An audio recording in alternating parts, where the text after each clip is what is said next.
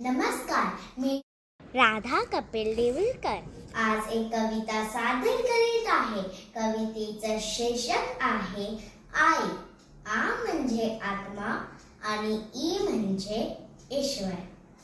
आई एक नाव असतं, घरातलं घरात गुंजलेलं गाव असतं. सर्वात असते तेव्हा जाणवत नाही. आता नसली कुठंच तरी नाही म्हणवत नाही. जत्रा पांगते पालं उठतात, पोरक्या जमिनीत उमाळे दाटतात. आई मनात तशीच जाते ठेवून काही. जीवाचं जीवालाच कळावं असं जाते देऊन काही. आई असतो एक धागा, वाटेला उजेड दावणारी समयतील जागा.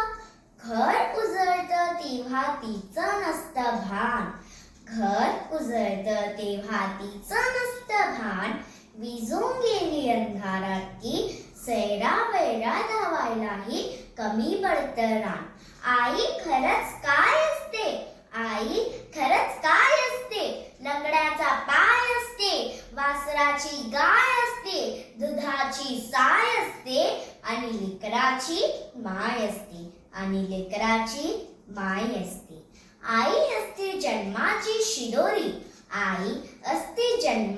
शिदोरी, सरतही नाही, उरतही नाही.